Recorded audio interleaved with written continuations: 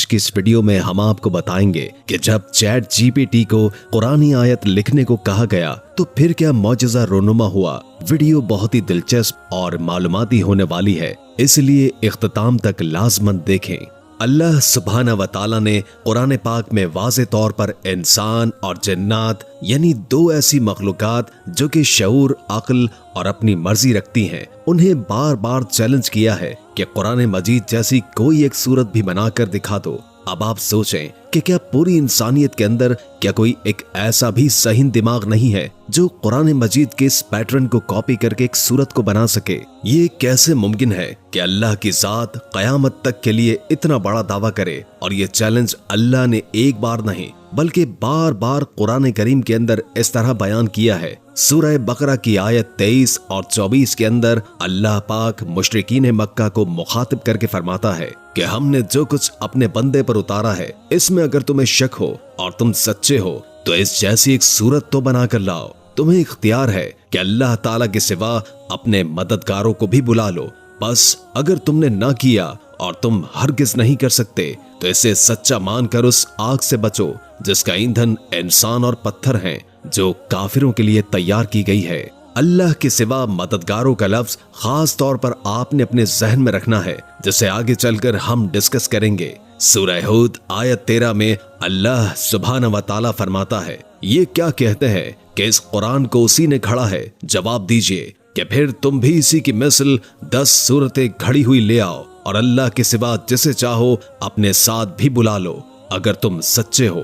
सूरह इसरा आयत 88 में अल्लाह ताला यूं फरमाते हैं, कह दो कि अगर सब आदमी और सब जिन मिलकर भी ऐसा कुरान लाना चाहें तो ऐसा नहीं कर सकते, अगरचे इनमें से हर एक दूसरे का मददगार क्यों ना हो। फिर सूरह यूनुस आयत 48 के अंदर फरमाते हैं, क्या ये लोग यूं कहते हैं कि आपने इसको घड़ लिया है। आप कह दीजिए कि फिर तुम इसी की मिसल एक ही सूरत लाओ और जिन जिन गैर अल्लाह को बुला सको बुला लो अगर तुम सच्चे हो। अल्लाह ताला बार बार इंसानों को ये चैलेंज इसलिए कर रहे हैं कि वो इंसानों की ज़हनी काबिलियत की हद को अच्छी तरह जानता है कि इंसान चाहे आसमान की बुलंदियों, खलाओं की गहराइयों, समंदर की तहों में सफर करने के साथ साथ मसनूई ज़हानत भी इजाद क्यों न कर ले, मगर ये काम उसके लिए बिल्कुल भी नामुमकिन ही रहेगा, जिसका इकरार इस वक्त दुनिया में सबसे मशहूर artificial language model chat GPT ने खुद भी किया है। मैंने चैट जीपीटी से सवाल किया कि क्या वो कुरान करीम जैसी एक सूरत को भी बना सकता है। उसका जवाब क्या था, ये जानकर आप भी बेख्तियार सुभान अल्लाह कह उठेंगे। ऊपर बयान करदा आयत के अंदर अल्लाह ने अपने चैलेंज के अंदर ये वाज़े किया है कि तुम जिनको अपना मददगार समझते हो उनको बुला लो। अब 1400 साल के अंदर कोई इंसानी जहन तो ये चैलेंज पूरा नहीं कर पाया, और अगर ऐसा हो जाता तो आप समझें कि ये उस शख्स की जिंदगी की सबसे बड़ी कामयाबी होती। अब बात आती है उस मदद पर जो कि इंसान की सबसे बड़ी मददगार है, यानी टेक्नोलॉजी और कुरान करीम, क्योंकि लिंग्विस्टिक जुबान के लिहाज से भी एक मौजज़ा है। लिहाजा एडवांस लेवल मॉडल को जब उसे कॉपी करने को कहा जाए तो इसका जवाब कुछ यूं होता है कि एक आर्टिफिशियल इंटेलिजेंस मॉडल होने के नाते सिर्फ कुरान पाक के स्टाइल को कॉपी कर सकता हूँ, मगर कुरान करीम चूंकि अल्लाह की तरफ से नाजिल किए हुए अल्फाज हैं जिनकी इस्लाम में एक मुनफरिद हैसियत है, मैं जितनी भी कोशिश करूं मगर कुरान करीम के इल्हामी तौर पर नाजिल किए हुए अल्फाज का मुकाबला नहीं कर सकता। सुभान अल्लाह, इंसान तो इंसान, इसके अलावा जिन और हत्ता कि इस मशीन इस कुरान की इनफरादियत, अल्फाज के चुनाव और इल्म के सामने बेबस है। लेकिन चैट जीपीटी का मजीद कहना था कि मैं सिर्फ मिसाल के लिए अपनी तरफ से एक सूरत आपको बनाकर दिखाता हूँ जो कि असल में कुरान पाक नहीं है। बस पूरे कुरान पाक और कुरान को पढ़कर ये मेरी इमेजिनेशन है, और इस सूरा का नाम उसने रखा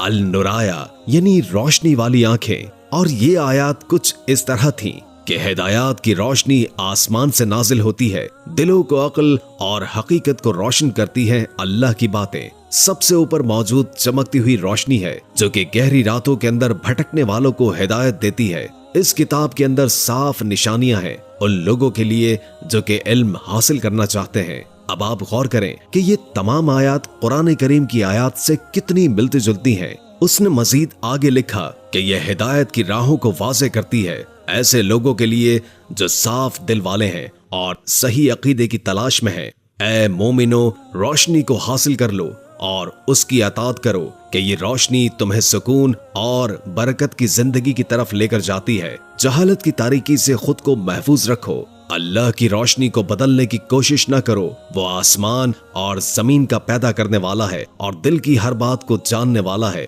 اس کی محبت اور رحمت ہر شے کو گھیرے ہوئے ہے، اس کی ہدایت کو قبول کرو ورنہ تم ڈگمگا کر گر جاؤ گے۔ قرآن کریم کی کچھ آیات کا تھوڑا سا مطالعہ کرنے والا شخص آسانی سے سمجھ سکتا ہے کہ یہ تمام کی تمام آیات قرآن پاک سے کتنی ملتی جلتی ہیں، بس انہیں لینگویج کے طور پر تھوڑا سا بدلا گیا ہے۔ یعنی یہ سب کچھ قرآن کریم کے اندر موجود ہے اور ان کے پیٹرن کو سامنے رکھ کر کاپی کر کے ایک مثال کے طور پر بیان کیا گیا ہے۔ اس کے اندر چیٹ جی پی ٹی کا خود سے اپنی تخلیق کیا کچھ بھی نہیں ہے۔ اس کی مثال ایسے ہے کہ کوئی شخص صرف لفظوں کو رد و بدل کر کے ایک نیا مضمون لکھنے کا دعویٰ کرے، حالانکہ اس کا مین آئیڈیا اصل کی کاپی ہے اور اس کاپی کے اندر اس کی خود کی کوئی کریٹیوٹی ہے ہی نہیں۔ اس سے پہلے نازل ہونے والی الہامی کتابوں مثلاً تورات، انجیل اور زبور کے اندر جو رد و بدل کی گئی تھی وہ ان کے معانی اور مطالب کے اندر کی گئی تھی۔ وہ لوگ چاہ کر بھی ان الہامی کتابوں کے اندر کوئی نئی آیت شامل نہیں کر پائے تھے، اور اس بات کو بھی چیٹ جی پی ٹی اچھی طرح سے سمجھتا ہے۔ وہ جانتا ہے کہ قرآن کریم کی بے مثال عربی ترتیب، الفاظ کا چناؤ، اس کا علم ایسا ہے کہ اس کا مقابلہ کرنا ممکن نہیں ہے۔ چلو ایک لینگویج ماڈل ہونے کے ناطے وہ زبان کی نقل تو کسی بنا پر کر سکتا ہے، لیکن قرآن کریم کے اندر جو بے تحاشا سائنسی حقائق، مستقبل کی پیش گوئیاں، اخلاقیات، مستقبل کی پیش گوئیاں، اخلاقیات، ماضی کے واقعات، پیغمبروں کے حالات، جنات، روح، قیامت کا منظر اور فرشتوں کا ذکر، یعنی ایسی باتیں جو کہ صرف الہامی طور پر جاننا ممکن ہے، کیا یہ سب کچھ چیٹ جی پی ٹی کر سکتا ہے؟ کیا یہ مستقبل کی پیش گوئیوں کو امیجن کر سکتا ہے؟ وہ تو یہ تصور بھی نہیں کر سکتا۔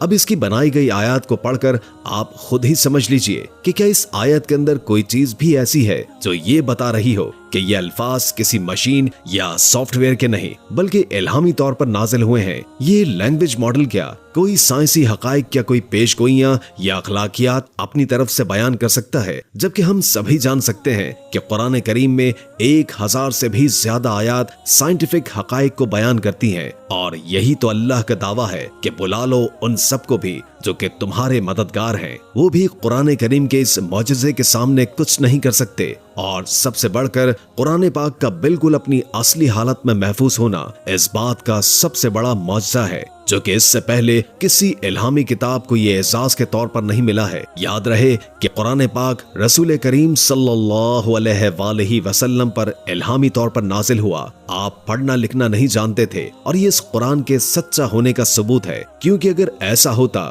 تو کافر یہ کہتے کہ دیکھو محمد صلی اللہ علیہ وآلہ وسلم نے دیگر تاریخی کتابوں کو پڑھ کر خود سے لکھ دیا اور اس کتاب کو خود سے الہامی کتاب بنا دیا۔ اسی حکمت کی بنا پر اللہ تعالیٰ نے آپ صلی اللہ علیہ وآلہ وسلم کو پڑھنا لکھنا نہیں سکھایا، بلکہ جب بھی قرآن نازل ہوتا تو آپ صلی اللہ علیہ وآلہ وسلم اسے کاتب وحی سے لکھوا دیا کرتے اور اس کی تلاوت فرمایا کرتے تھے تاکہ صحابہ کرام اس کو یاد کر لیں۔ تو اب آج کے وقت کوئی شخص یہ کہے کہ قرآن پاک رسول کریم صلی اللہ علیہ وآلہ وسلم نے نعوذ باللہ خود سے لکھ کر الہامی کتاب کا نام دیا، تو اس بیچارے کی عقل کا صرف ماتم ہی کیا جا سکتا ہے۔ اللہ تعالی ہمیں سمجھنے کی اور نیک عمل کرنے کی توفیق عطا فرمائے، آمین ثم آمین یا رب العالمین۔